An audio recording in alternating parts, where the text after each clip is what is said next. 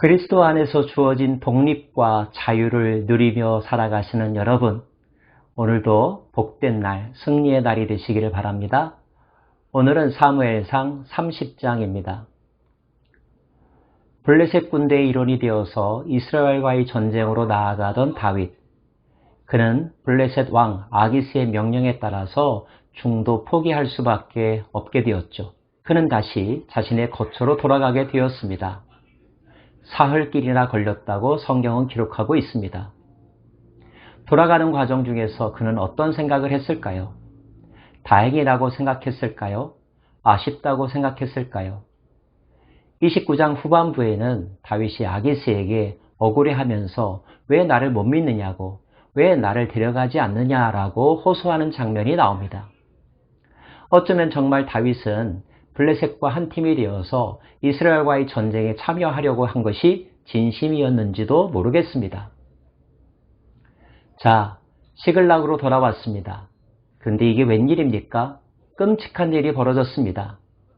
다윗이 자리를 비운 사이에 아말렉 족속이 찾아 들어와서 그 성을 약탈하였고 어린아이와 부녀자들을 포로로 잡아갔습니다.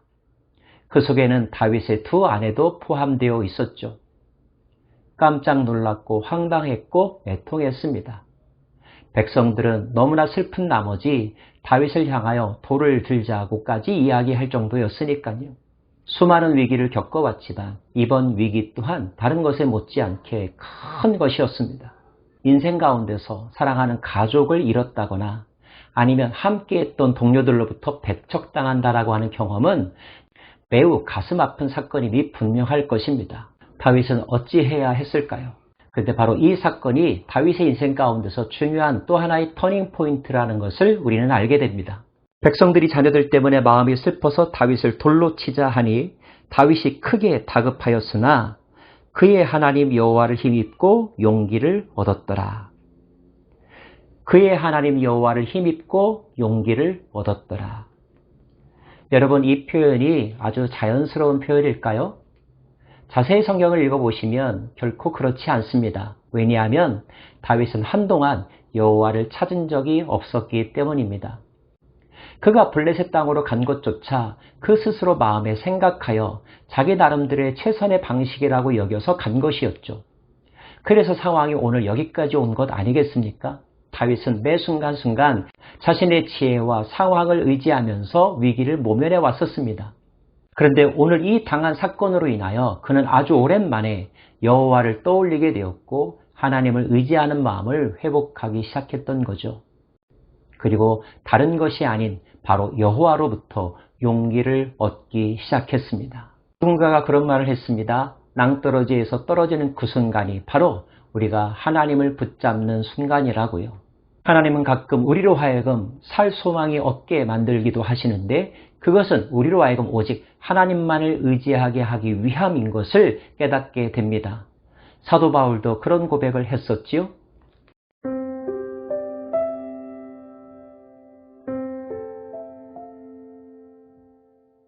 다시 하나님을 기억하고 하나님을 의지하기 시작한 다윗. 그는 이제 하나님과 다시 대화를 시작합니다. 다윗이 아히멜렉의 아들 제사장 아비아달에게 이르되 원하건대 에봇을 내게로 가져오라. 아비아달이 에봇을 다윗에게로 가져가매 다윗이 여호와께 묻자와 이르되 내가 이 군대를 추격하면 따라잡겠나이까 하니 여호와께서 그에게 대답하시되 그를 쫓아가라. 내가 반드시 따라잡고 도로 찾으리라. 하나님은 기다렸다는 듯이 말씀하셨고 말씀을 통하여 추적할 것을, 승리할 것을 확인시켜 주셨습니다. 다윗은 이제 그의 생각에 따라 움직이지 아니하고 말씀에 따라 움직입니다. 마침내 아말렉 족속을 쳐서 초토화시켰고 잃어버렸던 사람들과 재산들을 되찾았습니다. 뿐만 아니라 아말렉 족속이 가지고 있던 재산들도 함께 빼앗았습니다. 전리품을 얻게 되었다는 거죠. 얼마나 다행스러운 일입니까? 서로 부둥켜 안고 울었을 것입니다. 기뻐했을 것입니다. 그러나 다윗은 이런 기쁨에만 도취되지 않았습니다. 그는 이 전투의 승리가 하나님의 은혜라는 것을 깨닫게 되었고, 아니, 이런 상황이 일어난 것 모두가 하나님의 섭리에 의하여 발생한 것임을 깨달은 듯 합니다. 그런 깨달음은 그 다음에 일어난 사건을 처리하는 과정에서 분명히 밝혀지죠. 즉, 전리품의 처리 문제를 가지고 옥신각신하는 병사들을 중재하고 결정하는 다윗의 모습을 살펴보면 알 수가 있습니다. 다윗과 함께 갔던 자들 가운데 악한 자와 불량배들이 다 이르되 그들이 우리와 함께 가지 아니하였은즉 우리가 도로 찾은 물건은 무엇이든지 그들에게 주지 말고 각자의 처자만 데리고 떠나가게 하라 하는지라. 다윗이 이르되 나의 형제들아, 여호와께서 우리를 보호하시고 우리를 치러 온 그 군대를 우리 손에 넘기셨은즉 그가 우리에게 주신 것을 너희가 이같이 못하리라. 이 일에 누가 너희에게 듣겠느냐? 전장에 내려갔던 자의 분깃이나 소유물 곁에 머물렀던 자의 분깃이 동일할지니 같이 분배할 것이니라 하고, 그날부터 다윗이 이것을 이스라엘의 율례와 규례로 삼았더니 오늘까지 이르니라. 추격하여 되찾아오는 과정 중에 일부의 사람들이 너무나 힘들어서 중간에서 대기하고 있었던 것 같습니다. 그래서 어떤 사람들은 끝까지 전투에 참여하지 않은 사람들에게는 전리품을 주지 않아도 된다라고 주장했던 것입니다. 그러나 다윗은 그런 주장에 반대하죠. 그는 결정을 내립니다. 똑같이 분배하기로요. 그리고 이 처리 과정이 그 후에 원칙이 되었습니다. 언뜻 보면 더 많이 수고한 사람에게 더 주는 것이 합리적인 것처럼 여겨집니다. 그런데 다윗은 왜 그렇게 하지 않았을까요? 다윗은 이 전쟁의 승리가 그의 전략이나 그들의 실력에 의해서가 아니라 하나님의 특별한 은혜라는 사실을 가장 충만하게 느끼고 있었기 때문입니다. 그는 가족들을 되찾은 기쁨이 너무나 컸고 다시 하나님과의 관계가 회복된 것 그 자체만으로도 너무나 즐거웠기 때문에 재산을 나누는 것은 큰 이슈가 아니었다는 거죠. 사랑하는 여러분, 사도행전에 보면 초기 기독교 공동체가 성령 충만했었을 때 보여준 모습들이 기록되어 있는데 그 가운데 하나는 서로 유무상통하며 먹을 것을 나누며 날마다 모였다는 표현입니다. 이러한 모습이 어떻게 가능할까요? 그것은 은혜 충만하고 성령 충만하고 사랑 충만할 때만이 가능한 것입니다. 이것은 법으로 되는 일이 아니며 모든 교회에 다 일률적으로 일어난 사건도 아닙니다.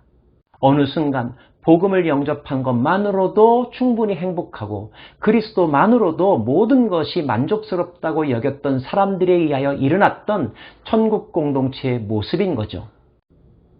적어도 오늘 사무엘상 30장에서 아말렉 족속을 치고 돌아온 다윗의 부대는 성령 충만, 하나님으로 충만한 감정을 느끼고 있는 것입니다.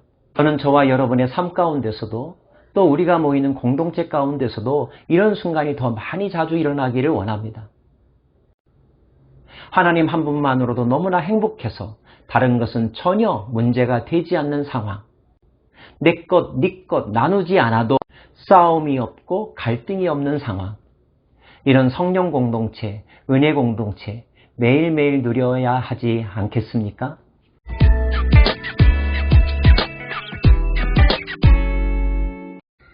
하나님과 하나님의 은혜로 충만했던 다윗의 마음은 거기에서만 그치지 않습니다. 다윗은 또 이 전리품들을 나누어서 자신의 지파인 유다 지파에게 선물로 보냅니다. 전략적으로 자신의 편을 삼고자 하는 것이라고도 볼 수 있겠지만 자신이 지금 누리고 있는 하나님의 은혜를 개인적으로 자기 자신만이 아니라 자기의 가족들, 자기의 지파들, 더 나아가서 이스라엘 모든 지파와 나누고 싶은 다윗의 마음이 표현된 것이라고 해석할 수 있습니다. 그리고 그 마음이야말로 하나님께서 우리에게 복음을 주시며 우리에게 복음을 땅끝까지 전파하라고 하는 말씀과 서로 연결되는 장면이 아닐런지요. 참으로 오랜만에 우리는 다윗의 회복된 영적 리더십을 발견하게 됩니다. 하나님을 기억하고 하나님을 의지하자 그 하나님으로 말미암아 용기와 힘을 얻었던 다윗. 하나님의 영에 충만하자 그는 관대하며 포용력 있는 리더십을 보여주고 있습니다. 복의 통로로서의 역할을 감당하면서 말이죠. 하나님은 아마도 저와 여러분도 이와 같은 인생의 주인공들이 되기를 원하실 것입니다. 그러기 위해서 우리는 어디에 집중해야 합니까? 하나님과 그리스도와 성령님에게 집중해야 됩니다. 그분으로 말미암아 충만해야 합니다. 만물을 충만케 하신 자의 충만함이 우리 안에서 드러나게 될 때 우리는 더욱더 큰 사람이 되고 영향력 있는 사람이 되고 복의 통로가 되는 사람이 될 것입니다.